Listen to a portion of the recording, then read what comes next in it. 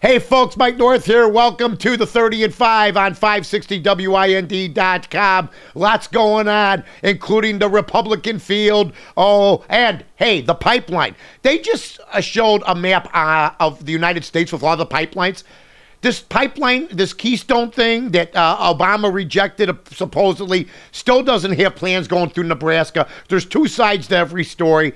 And you know what? I think both sides have done each other an injustice. First of all, the Republicans for stating that, he's out to destroy the pipeline idea. No, he's not. Nebraska does not have a permit yet. But Obama, I think, is playing politics too, saying, right now we don't like the imaginary deadline they put in or the hard deadline they put in or whatever they want to do. Here's what I'm going to tell everybody. That pipeline will be put in, okay? The Republicans set a deadline because Obama didn't want to make a decision until after the election, okay? So, it's a little game here. That's what politics is, a little game. Let's see what happens. I don't think there's time for either side to panic, but it's good fodder for radio and TV.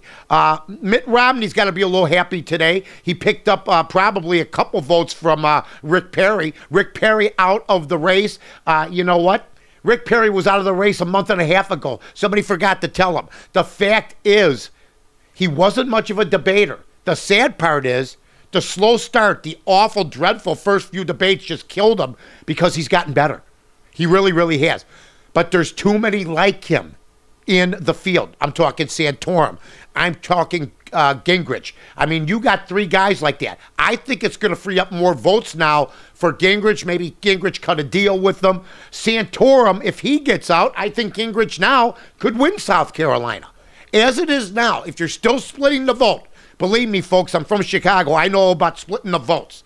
If you're splitting the vote, Romney's going to get in, and believe me when I tell you this, Romney's got a ceiling of 30% with the Republican Party. I think Gingrich has more upside to him than Mitt Romney. I really, really do. Now, the tax thing with Mitt Romney, 15% is what they're told to pay after they take their money and invest it in something. It's called capital gains tax. That's a law. We're hearing now the other side saying this is unbelievable. Oh, this is unconscionable that he's paying 15% of all the money. You know how many people he's put to work in this country? More than this administration. More than this administration. So you know what? The 15%'s law, but I also agree with our friend in New Jersey, the heavy guy, who's saying, show your stuff. Show your stuff, Mitt. Show us your tax returns. So you know what? Do that, but don't be ashamed that you're paying what the law requires you to pay. That's all I'm saying. Now, Sarah Palin's saying that she hopes basically Newt Gingrich wins in South Carolina, so you can keep the debate going. Well, her husband already endorsed Newt Gingrich. Now, are we stupid enough to believe that she's not? When the husband's stepping up ahead of the wife, and she's the one that's supposed to be the big-time political player here, can you imagine Barbara Bush stepping up in front of George W. Bush saying, here's who I endorse. You got Todd Palin doing your dirty work? Now, that's a bad miscalculation, Miss Palin. Take it from me. Now, maybe something beeps every time your name is mentioned, so I'll mention it again. Todd should not be endorsing anybody. Tell him to go back. Make sure the jet skis are fueled up. Make sure you got the fishing poles ready to go. Make sure the boat is gassed up, okay? But Sarah Palin should tell her husband, shut the hell up, and guess what? Guess what? You do the endorsing, okay? That's all I'm saying. The Australian Open, I watched a little bit of it today. Here's what I'm saying. Serena Williams has got to be on some sort of pharmaceuticals. That woman is bigger than Joe Frazier. I have never seen a woman with muscles like that. Her thighs are this big. And she's in shape. She's in shape, and she's a terrific tennis player. But there's got to be a reason for it. She's a monster. And her sister's like this. Hi.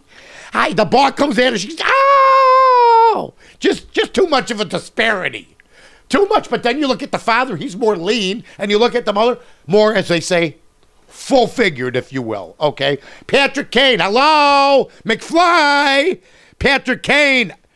Hey, I don't know what's going on. I haven't heard anything. You've been behaving yourself. Maybe it's time to get rolling. Get rolling. Go on a bender. I don't know what's supposed to be going on. I haven't heard nothing. Ever since the cab ride. Your game slipped. Let's go. And the Bulls play the Cavaliers. Cavaliers, once again, without LeBron James tonight. Derrick Rose with a bad pinky toe. Oh, so you want to shoot off my pinky toe. Della Reese, God bless her. That movie was great, Harlem Nights. Also, the weather, it's cold.